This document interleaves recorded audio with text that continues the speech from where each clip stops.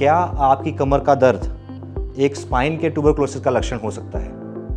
क्या सिम्टम्स हैं और क्या इलाज है, आइए समझें। तो जो स्पाइन का ट्यूबरकुलोसिस है, जिसको हम मेडिकल टर्म्स में पॉट्स डिजीज़ बोलते हैं, this is a very serious disease of the back and usually कोई भी पेशेंट जिसकी इम्यूनिटी कम हो, जिसको प्रीवियसली कभी पहले कोई लंग्स में ट्यूबरकुलोसिस हुआ है, बॉडी में किसी और पार्ट में ट्यूबरकुलोसिस हुआ हो, वहाँ से इम्यूनिटी कम होने के कारण वो ट्यूबरकुलर बैसिलाई जो है, अगर वो बॉडी के हमारे स्पाइन के एरिया में पहुँच के वहाँ पे सीड हो जाए तो it can cause spinal tuberculosis.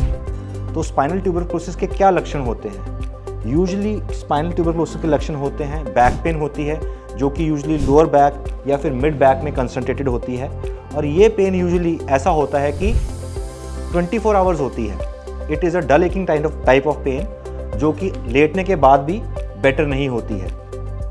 Usually इस पेन के साथ साथ पेशेंट को बुखार हो सकता है, पेशेंट की भूख कम हो सकती है, और पेशेंट को कभी कभार जो ये बुखार होता है पर्टिकुलरली शाम के वक्त इंक्रीज़ करता है। तो this is known as evening rise of temperature. अगर ये स्पाइन का ट्यूबरकुलोसिस फैल जाए या फिर प्रोग्रेस कर जाए तो कभी कभार उसके कारण जो स्पाइन में हमारी नर्व्स होती हैं उनके ऊपर दबाव आने के कारण हमारे को लातों में सूनपन आना, कमज़ोरी आना, चलने में दिक्कत आना, और एडवांस स्टेजेस में कभी कभार हमारे को लैट्रिन पेशाब के एरिया के आसपास भी सूनपन, भारीपन और उसमें कंट्रोल में दिक्कत आ सकती है। तो ये तो थे स्पाइन ट्यूबरकुलोसिस के लक्षण।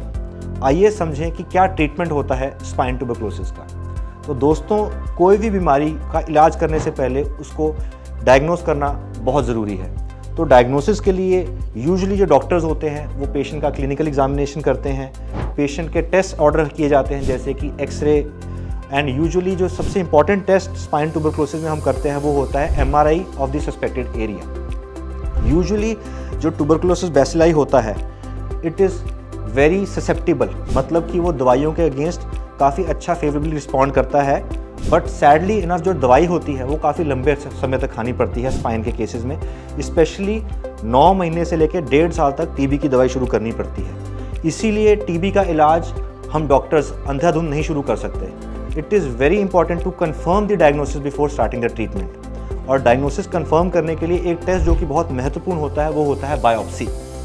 बायोप्सी प्रूवन बीमारी में हम जो दवाइयाँ शुरू करते हैं उसके कारण पेशेंट्स की रिकवरी काफ़ी अच्छी होती है, provided they stick to the treatment, they remain compliant to the treatment and they follow all the advice which the doctor advises them. Surgery का क्या रोल है स्पाइनल ट्यूबरकुलोसिस में?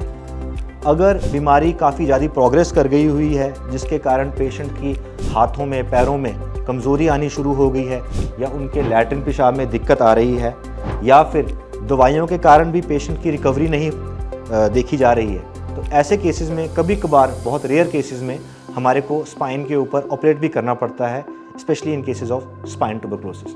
Thank you very much.